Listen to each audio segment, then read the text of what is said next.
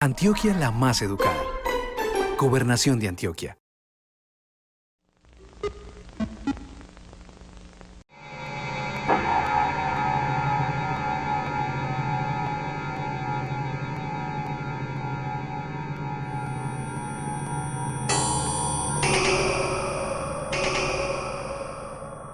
Uno de los problemas que tuvieron que enfrentar los primeros científicos fue determinar la forma y el tamaño del planeta en que vivimos. Para los buenos observadores, la Tierra tenía que ser redonda, a pesar de que la intuición nos indica una cosa contraria, que tiene que ser plana, puesto que o si no los antípodas caerían en el espacio infinito. Quizá uno de los primeros humanos en enfrentar con éxito la medición del radio terrestre fuera Eratosthenes, quien era astrónomo, matemático, filósofo, historiador, poeta, crítico literario y director a cargo de la famosa Biblioteca de Alejandría. Fue allí en la biblioteca que Eratosthenes tuvo la genial idea que le permitió estimar con increíble precisión el radio de nuestro planeta.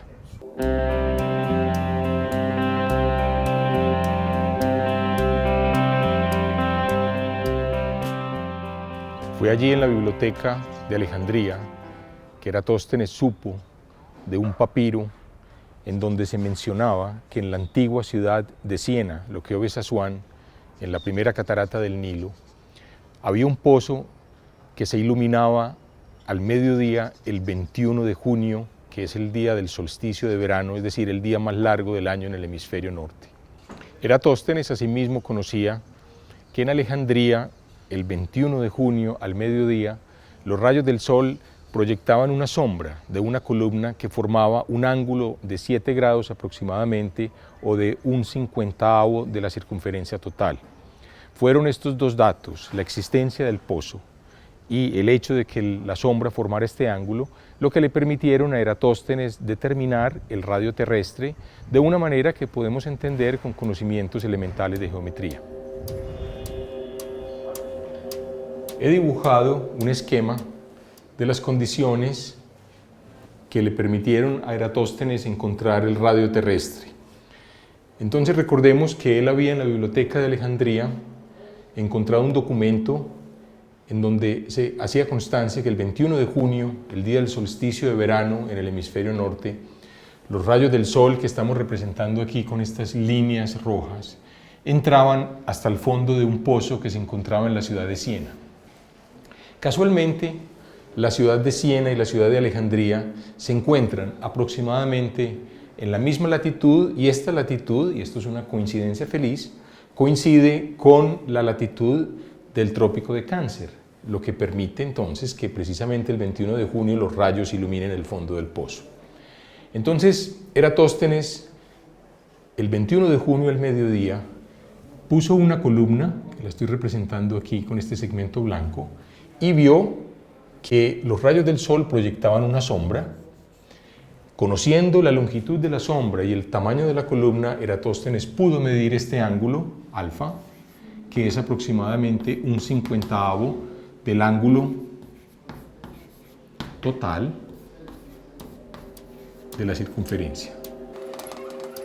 Es lo que nosotros en lenguaje moderno diríamos es un ángulo de 2pi sobre 50 radianes. De otro lado, Eratosthenes conocía la distancia d mayúscula que separa a Siena de Alejandría y la conocía por las caravanas que hacían este recorrido. Esto es, hay que decirlo, otra de las coincidencias grandes porque el terreno es muy plano, se recorre en el desierto, era aproximadamente 5.000 estadios, los que equivalen a, en kilómetros, equivalen entonces, un estadio es aproximadamente 157,5 metros. Una fórmula de la geometría elemental nos permite determinar el arco subtendido por un ángulo alfa, en este caso d, como el producto de alfa por el radio de la circunferencia. Despejando r tenemos que r es entonces d dividido alfa. Conocemos d, 5.000 estadios, y conocemos alfa, 1/50, lo cual nos permite entonces calcular r, y en este caso sería 250.000 estadios. 250.000 estadios en kilómetros. Si hacemos la conversión a kilómetros, este radio sería entonces de 6.270 kilómetros. El estimado por Eratóstenes, el radio medido con métodos modernos, el radio promedio de la Tierra, porque la Tierra no es una esfera perfecta, el radio promedio es de 6.371 kilómetros, lo cual representa entonces un error de apenas un 1% en los cálculos del gran astrónomo griego.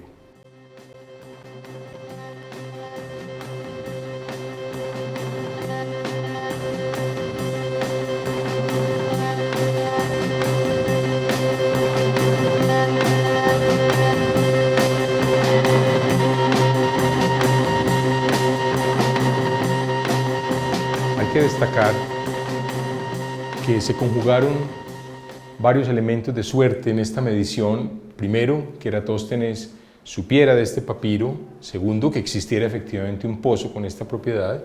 Y tercero, que la distancia entre Alejandría y Siena fuera fácil de estimar, amén de que las dos ciudades están aproximadamente situadas en la misma latitud. A pesar de constituir este un hito de la ciencia, Eratóstenes fue considerado siempre entre sus colegas como un beta, es decir, decían que él era segundo en todo. Durante su vida profesional nunca se le reconocieron sus méritos, ni ninguno de sus contemporáneos supo evaluar el hallazgo tan extraordinario que Eratóstenes había hecho. Hay que destacar también que la medición del radio terrestre no se superó hasta 1525, que Juan Fresnel, un médico francés, midió entre Amiens y París la distancia entre las dos ciudades utilizando un coche de caballos al que le había adaptado una especie de taxímetro. Podríamos decir que Juan Fresnel es el inventor del taxímetro. Él había acondicionado un taxímetro y logró determinar con bastante precisión la distancia entre las dos ciudades, lo cual le permitió estimar la circunferencia del radio terrestre en un valor de 39.858 kilómetros, que es apenas un 0.6 de error de la circunferencia que conocemos hoy. Más tarde, en 1669, y por orden expresa de Luis XIV, el suizo Picard, utilizando por primera vez anteojos con retículo para medir los ángulos, halló para la circunferencia terrestre un valor de 40.036 kilómetros, lo que significaba que el radio terrestre debía medir 6.375 kilómetros. Cabe destacar que Isaac Newton, años más tarde, se valió de esa información para verificar su recién descubierta ley de la gravitación universal.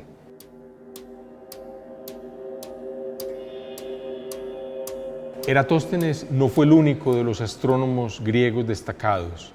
Aristarco de Samos tenía un conocimiento de los tamaños relativos de la Tierra y el Sol bastante aproximado. Él había demostrado que la Tierra giraba alrededor del Sol y la Luna giraba alrededor de la Tierra. Voy a representar la Luna como esta esfera blanca, la Tierra como esta esfera azul y el Sol como la esfera amarilla. Y no solamente sabía que la Tierra giraba alrededor del Sol y la Luna alrededor de la Tierra, sino que las distancias relativas entre la Tierra y el Sol y entre la Luna y la Tierra eran de 1 a 19, es decir, en proporciones sería algo parecido a esto. Si fuéramos a representar la Tierra sería una perla al lado del Sol, que sería una esfera grande de 2 metros de diámetro. Otro de los grandes astrónomos griegos fue Tales de Mileto. Tales de Mileto tenía 3 poderosos argumentos para mostrar que la Tierra era esférica. El primer argumento era el argumento bien conocido de los barcos que al ir alejándose de la costa van desapareciendo en el horizonte, lo cual solamente puede ocurrir si se desplazan en una esfera. El segundo argumento de Tales de Mileto era el siguiente: la estrella Canopus, una de las estrellas más brillantes en el hemisferio sur, era visible desde Alejandría, pero no desde Atenas. lo cual muestra que la Tierra tiene que ser necesariamente una esfera. Para entender por qué, supongamos que la esfera está representada por esta bomba, digamos que este es el polo norte, este es el polo sur, aquí tenemos el Ecuador, entonces Alejandría sería una ciudad, digamos, pensemos localizada en este punto, mientras Atenas está un poco más al norte, representémosla con un segundo punto. Ahora, supongamos, representemos una estrella como la luz de este láser. La luz, por ejemplo, aquí la estrella sería visible desde Alejandría, pero esta misma estrella no sería visible desde Atenas por estar un poco más al norte. Si la Tierra fuera completamente plana, pues la estrella sería visible desde cualquier punto de la Tierra, lo cual no ocurre. Tales de Mileto también argumentó que la Tierra debía ser esférica, puesto que en los eclipses de luna la sombra proyectada por la Tierra mostraba con claridad su curvatura. Esto sería imposible si la Tierra fuera un disco plano.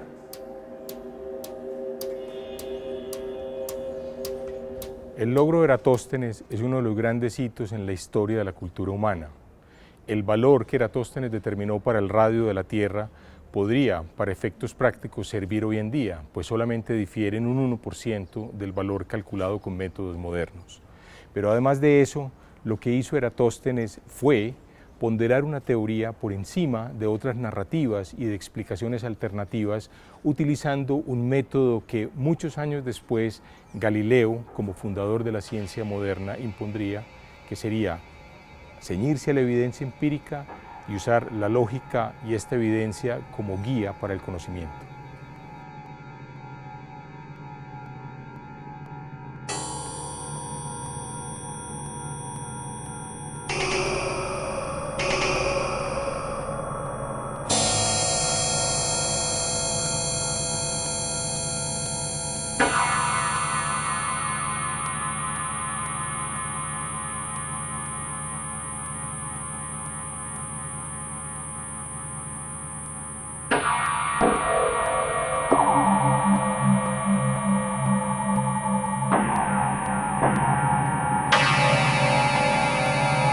Antioquia la más educada. Gobernación de Antioquia.